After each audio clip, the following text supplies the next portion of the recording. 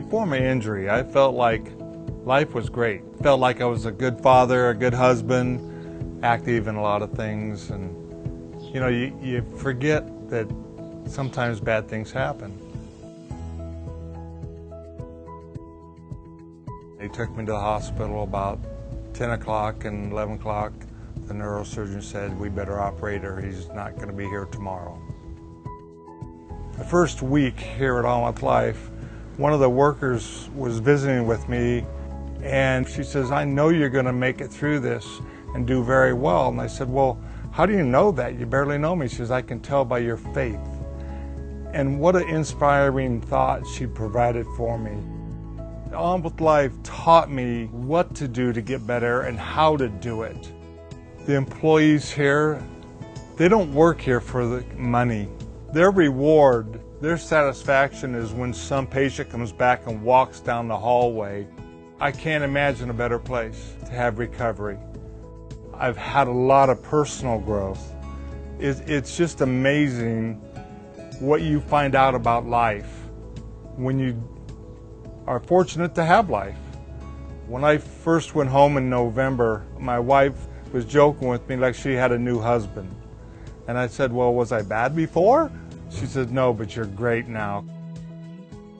I've been playing golf the last few weeks, and a year ago I couldn't walk, so I'm feeling great. I don't play great golf, but I play golf.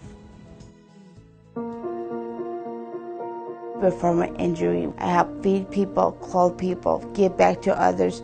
I was doing life coaching and helping people achieve their goals. I was full of hope, full of direction, very peaceful, very promising future.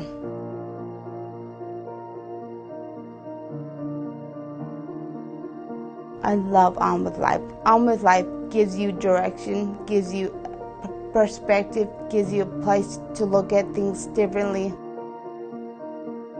In the beginning of your stroke or your injury, you're kind of waiting to die.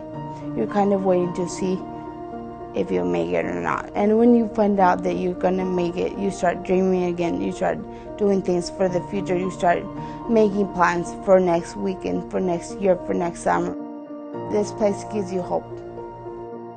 But I want people to know is that it's not the end of your life, it's a new beginning. And I tell people all the time, you don't have to be your injury, you just have to be who you choose to be. Another day, another day, another day, and eventually they all add up.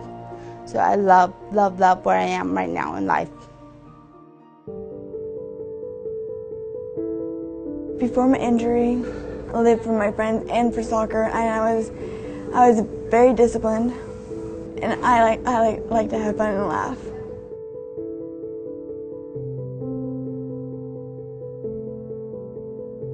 We ran into a truck with a snowplow attached, and it hit my side directly. And on the scene, I stopped breathing, and they had to use Jaws of Life to get me out. And luckily, they got there within 5 minutes, because if they didn't, I would not be here right now to tell you this.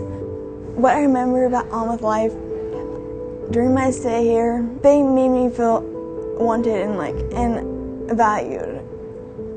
The therapist brought out courage in me because they push you. They find out what makes you tick, and they emphasize that in therapy.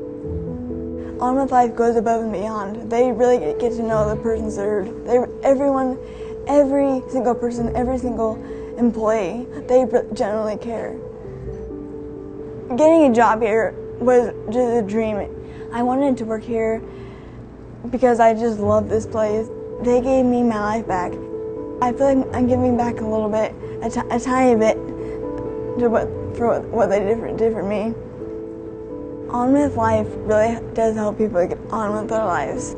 The founders of On With Life couldn't have came up with a better name. There's so many things I could go on and on and on. I love this place.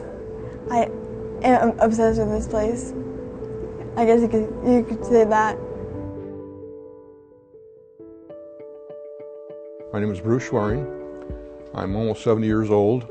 I was diagnosed with Parkinson's in January of 2015. Stage 1, it was early on. They told me nothing really to worry about for a number of years. Tremors got worse. Arms, legs, crying incessantly all the time. I couldn't do anything. I couldn't answer the phone. I couldn't talk to our children. But my daughter at that point in time, and I'll thank her for the rest of my life, she started a little search to see what could happen for Parkinson's patients. She found On With Life, and she found out that there was actually a Parkinson's unit that was being put in place, had been in place, and they were having good results. So I came down with my wife. Tammy asked me, "What do you expect, Bruce, from this encounter down here?" And he said, "Well, I don't know. I guess you rewire my brain or something." And she said, "No, we don't do that here, but I think what you need to do is talk to a therapist, at least for a few minutes, to see what their approach to this would be." It was one of those things where I had lost hope because the neurologist said, as bad as it is, it's not going to get any better.